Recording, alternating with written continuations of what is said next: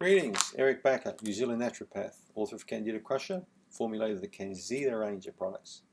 Hello everybody, I'm talking from sunny Las Vegas. I really like it out here, it's amazing. It reminds me of being in Brisbane here, and particularly travelling around Brisbane or going further north in Australia in the outback. It's so hot and dry, it's unbelievable. It's so brown out here, it's amazing. Right, we're going to talk today about how do you recognise or select the best antifungal, antimicrobial multivitamin. What do you look for?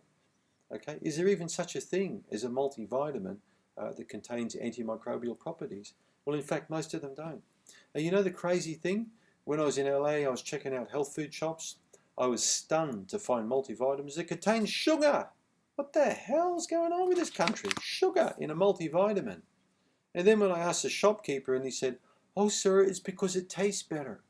Oh my goodness, I mean, what a dumb thing to do. It's just so crazy, isn't it? Why would you put sugar in a multivitamin? You know, it's like putting salt in beer.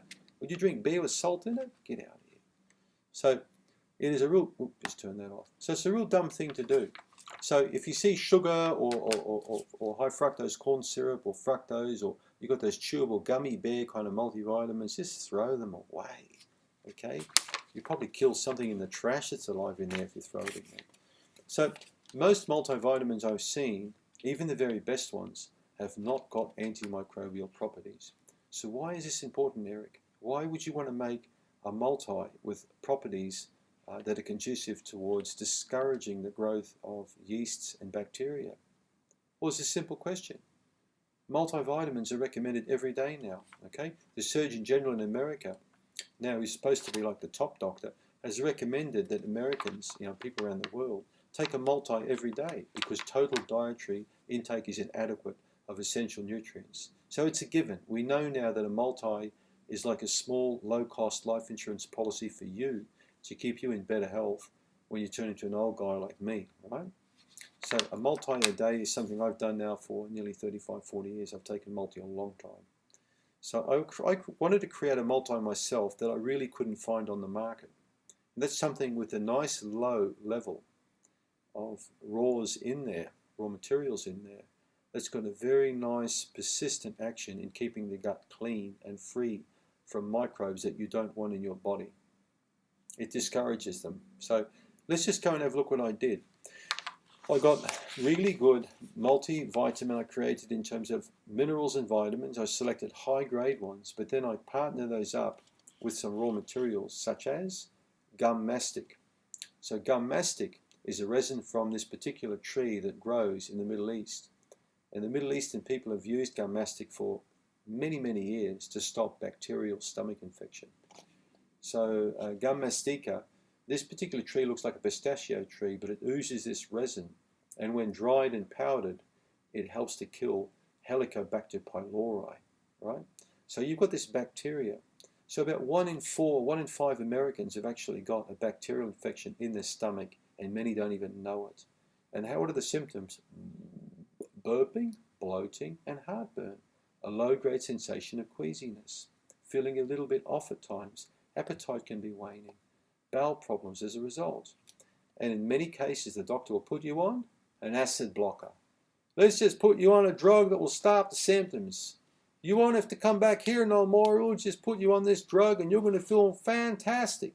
Yeah, right. For how long? Not a good idea, guys. If you've got a stomach problem, don't just turn the off switch on.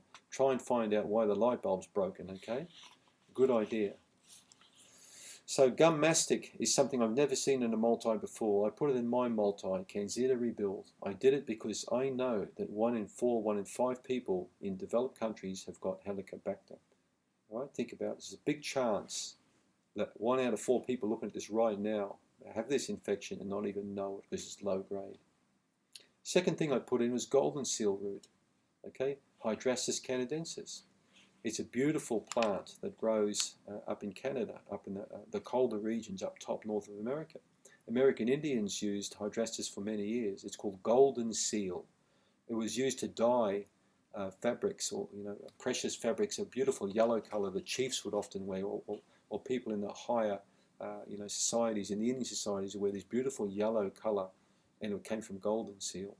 Golden seal is proven to be one of our most potent antimicrobials. It's especially good for bad bacteria. So it's a beauty. It contains berberine. Berberine is an alkaloid that's scientifically shown to inhibit many different types of bad bacteria and have immune boosting properties, but it doesn't nail the good guys. It doesn't kill the good bacteria like antibiotics do. So it's really good for just tidying up small little issues in the stomach and in the small intestine. And in the large intestine, it works very, very well for inhibiting microbes. So I always recommend a tiny little bit of berberine every day for people long term. That will just discourage you from just slowly getting this problem building up. The third thing I put in there is slippery elm. Slippery elm bark powder, again, it's a beautiful tree. It's an elm tree, and the inner bark is lovely pink color. And what this slippery elm does is it contains, it's just like this powdery sort of funny kind of substance, and it feeds up the beneficial bacteria. It's one of the best prebiotics you can get. Some of the American Indian tribes will feed infants on slippery elm for the first year of their life. And there's so much merit to that because it really helps to feed up all those beneficial bacteria. And it builds a solid gut. So by the time the child's 2 or 3, it's got a very powerful digestive and immune system as well. Us white people could learn a lot from American Indians. I've got a lot of respect for native populations like the Maori in New Zealand, Aborigines in Australia, and the wonderful native tribes here in the US. I'd love to go and learn a little bit more about Native American medicine. I think there's so much wisdom and knowledge that we've just thrown down the trash can. We should revive a lot of this stuff. It's really good. So slippery elm is a great gut builder. It also, it's mucilaginous and soothing for things like ulcers and that. So it's great for that. Ginger root. Ginger root's really good for improving digestion. Reduces inflammation, stops microbes, contains many different beneficial properties that improve the bowel function. It's a wonderful thing to include in a multivitamin. There's a small amount of ginger powder. Cinnamon bark, same thing. So cinnamon also inhibits. It's an inhibitor of very particular types of bacteria in the gut. It discourages parasites who don't like it at all as well. And it also improves digestive output in general.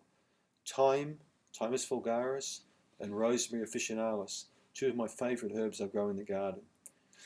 Thyme is one of the most powerful of all the herbs, antimicrobial herbs you can get.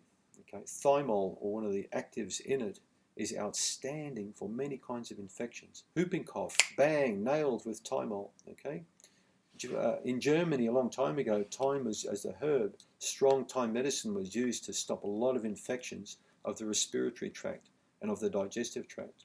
And again, a lot of this stuff's being thrown down the trash, you know, because now we use drugs. But if you try to do what I do, is grow some thyme in the garden or buy it, and just include small amounts of thyme in your cooking and salads, you're going to really clean up the gut. And it's a very nice marinade for chicken, combined with garlic and olive oil, combined with basil and rosemary. Wonderful herb, antimicrobial, and very good digestive aid as well. What else have we got in there? We've also got a little bit of chamomile in there. Chamomile is great for farts, okay? So it helps to dispel flatulence in the gut. It stops bloating and farting quite a lot, and it calms and settles the digestion down. Aniseed is a specific also.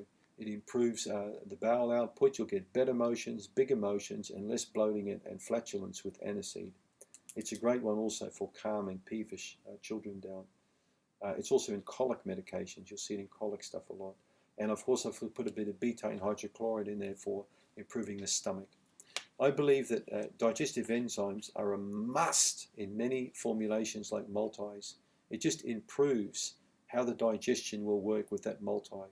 Uptake increases, energy improves, and we've got a happy camper. You're going to feel a lot better with a bit of enzyme in there. So think about the benefits of having an antimicrobial back end to a multivitamin. I've not seen it done before, and I think I'm one of the first people to do it. And I think it's a wonderful combination to really make a multivitamin one of the best on the market. Check it out. It's called CanXida Rebuild. Thanks for tuning in, guys. I appreciate it.